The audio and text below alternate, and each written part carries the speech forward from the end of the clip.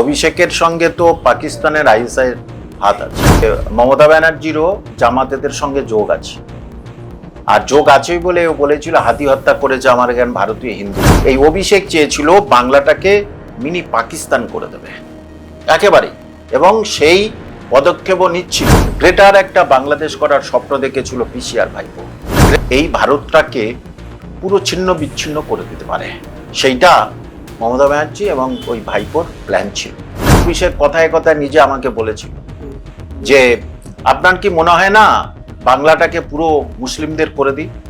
আমি বললাম না, আমি এটা পছন্দ করি। বাংলায় থেকে ভারতে থেকে আইএসআই এর সঙ্গে কথাবার্তা, মাসুদ আজহারের সঙ্গে গোপন বন্ধুত্ব করে, তার মহাশূন্যে চাঁদ ফাঁদ, ওখানে যদি কিছু জমির দালালি হতো না, তাহলে অভিষেক কিন্তু চাঁদের জমির দালালি শুরু করে দিত। অরূপ স্বরূপ ওরা মহিলা সাপ্লাই দিত অভিষেকের প্রতি ওর অত টান কেন, আমি এটা সায়নীকে আপনার চ্যানেলের মাধ্যমে জিজ্ঞেস করতে চাই। অত টান জাহাঙ্গীরকে নেপালে পাঠাচ্ছিল, যে নেপাল থেকে ওখান থেকে বাংলাদেশি যারা আছে তাদেরকে নিয়ে কলকাতাটা উড়িয়ে দাও। নেপালে অভিষেকের মদতে ওর অবৈধ ব্যবসা আছে নেপালে, হ্যাঁ, চোরা কারবার এর সঙ্গে ও যুক্ত। হ্যাঁ, জাহাঙ্গীর এবং অভিষেকের মদত আছে, আর সেই জন্যেই ও নেপাল যেত। তা ঘন ঘন যাবে কি করে, সেই জন্য ওর ছেলে মেয়েকে ওখানে ভর্তি করে দিয়েছে স্কুলে। হ্যাঁ, ছেলে মেয়েকে নেপালের স্কুলে ভর্তি করে দিয়েছে, যে তাদেরকে ও চোরা কারবারিতে হাতে খড়ি দেয় আর কি। এবং অভিষেক ওকে বলেছিল যে পালাতে হয়তো তোর হবে, তাহলে তুই একেবারে ওখানে তোর ছেলে মেয়েদের ভর্তি করে দে বা এমনি রেখে দে, তাহলে তুই ওখানে যাওয়ার রাস্তাটা ঠিক করে নিবি। এবং চোখ ফাঁকি দিয়ে যাওয়ার প্রশ্ন অনেকের আছে। ও নকল দাড়ি কিনেছিল, নকল দাড়ি, নকল গোঁপ কিনেছিল, নকল দাড়ি এবং নকল গোঁপ কিনেছিল, যে অরিজিনাল কেউ একদম ওকে বুঝতে পারেনি, এবং কোট আর টাই পরেছিল। তার ফলে পথে ওকে কেউ চিনতে পারেনি। কিন্তু ওখানে যখন ওর আই কার্ড চেক করেছে, নেপালে যখন যাচ্ছে, তখনই ধরা পড়েছে, সেই অবস্থায় ধরা পড়েছে। অভিষেকের সঙ্গে তো পাকিস্তানের আইএসআই হাত আছে, পাকিস্তানের আইএসআই হাত আছে, এবং হ্যাঁ, পাকিস্তানের আইএসআই হাত আছে। ওর বাপের ক্ষমতা হলে আমার সঙ্গে চ্যালেঞ্জ করুক, আমার সঙ্গে চ্যালেঞ্জ করুক। এবং ওই যে মমতা ব্যানার্জিরও জামাতেদের সঙ্গে যোগ আছে, আর যোগ আছেই বলে ও বলেছিল হাতি হত্যা করেছে আমার জ্ঞান ভারতীয় হিন্দু। আমার ভারতবাসীর অপমান করার অধিকার ওই মিথ্যাশ্রী মমতা ব্যানার্জির হতে পারে না। তো পিসি ভাইপো দুটো পাশাপাশি দুটো দেশের সঙ্গে সম্পর্ক আছে, মানে অবৈধ সম্পর্ক আছে। কারণ এই জন্য করে রেখেছে, ওরা এখান থেকে পালিয়ে গেলেই তারা আশ্রয় দেবে। এই কারণে আশ্রয় দেবে, তারা তো ভারত বিদ্বেষী, যে সুতরাং দেশটাকে, রাজ্যটাকে শেষ করে দিয়েই।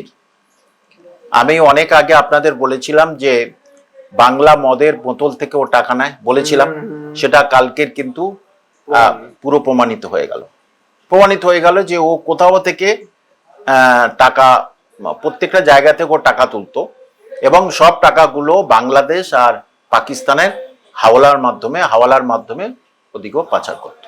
এ যোগাযোগ আছে, মানে হয়তো ওখানে অত টাকাগুলো হয়তো ওখানে খাটাতো আর কি, হ্যাঁ, জঙ্গিদের মধ্যে খাটাতো, যে বিনিময়ে তোরা আমাকে বা আমার পিসিকে এই প্রধানমন্ত্রী করাবি। অনেক ও স্বপ্ন ছিল না, পিসির স্বপ্ন ছিল প্রধানমন্ত্রী হবে।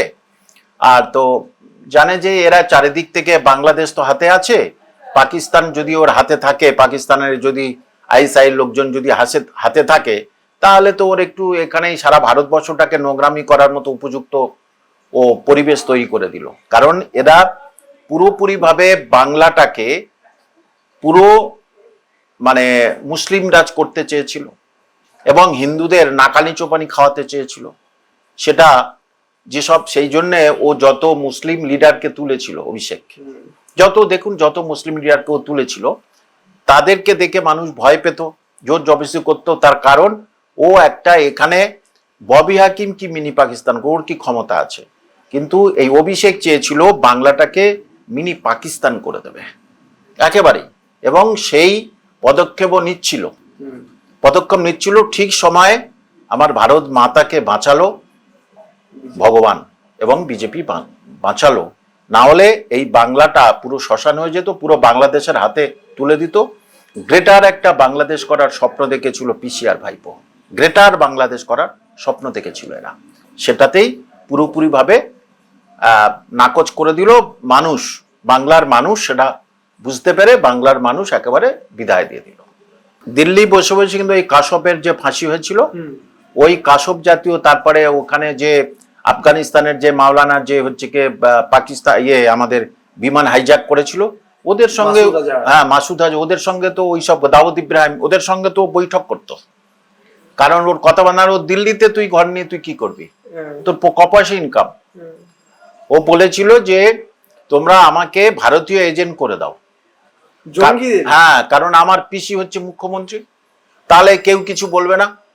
আর সেই জন্য পিসিও ঘন ঘন শুধু ওই অমিত শাহ এবং মোদির সঙ্গে দেখা করতো ঘন ঘন, যাতে আমার ভাইপোটা এই যে দেশ বিরোধী কাজ, পাকিস্তান আর বাংলাদেশকে, সিরিয়া ফিরে এদেরকে মানে একটু মদত দিতে পারে, এই জন্য ও দিল্লিতে গিয়ে বসবাস। অভিষেক এটাই কত, ওর কপয়সা ইনকাম, আর এই টাকাগুলো ও এই যে মদের ওখান থেকে কয়েক হাজার কোটি টাকা মাসে তুলতো, তাহলে সেগুলোই ওদেরকে সব মাসুদ আজহার ওদের সব খাটাতো। এদের যদি অ্যারেস্ট হয়ে যায়, তাদের যদি ইন্টারন্যাশনালি অ্যারেস্ট করে, তারা কিন্তু এই অভিষেকের নাম বলবেই, একদম নিশ্চিত। মমতা সবই জানে, মমতা কি করতো, চারিদিকে ঢাকা দিয়ে বেড়াতো, অমিত শাহ আর মোদিজির সঙ্গে ভালো সম্পর্ক রেখে চলতো, যাতে আমার ভাইপো এই ভারতটাকে পুরো ছিন্ন বিচ্ছিন্ন করে দিতে পারে। সেইটা মমতা ব্যানার্জি এবং ওই ভাইপোর প্ল্যান ছিল। এখন অভিষেকের একটা সময় যখন ওই দলের সঙ্গে আমার ঘনিষ্ঠ ছিল, তখন অভিষেক কথায় কথায় নিজে আমাকে বলেছিল যে আপনার কি মনে হয় না বাংলাটাকে পুরো মুসলিমদের করে দিই? আমি বললাম না, আমি এটা পছন্দ করি না, বাংলা বাঙালিদের। বলছে না, আমি যদি বাংলাদেশটাকে বড় করে দিই, আমি বললাম আমি এটা সাপোর্ট করি না। এত বড় দেশদ্রোহী হচ্ছে ওই অভিষেক, ওর বিরুদ্ধে এনআইএ তদন্ত করে ওর একেবারে যাবজ্জীবন তিহার জেলে রাখা উচিত এবং ওর ফাঁসি দেওয়া উচিত। যে বাংলায় থেকে, ভারতে থেকে আইএসআই এর সঙ্গে কথাবার্তা, মাসুদ আজহারের সঙ্গে গোপন বন্ধুত্ব করে, তাকে তো ফাঁসির কাস্টে ঝোলানো একান্ত উচিত বলে মনে করি। মহাশূন্যে চাঁদ ফাঁদ, ওখানে যদি কিছু জমির দালালি হতো না, তাহলে অভিষেক কিন্তু চাঁদ জমির দালালি শুরু করে, কারণ এর তো দালালি ছাড়া কোনো কিছুই ছিল না, এর পুরোপুরি হচ্ছে দালালি ছিল।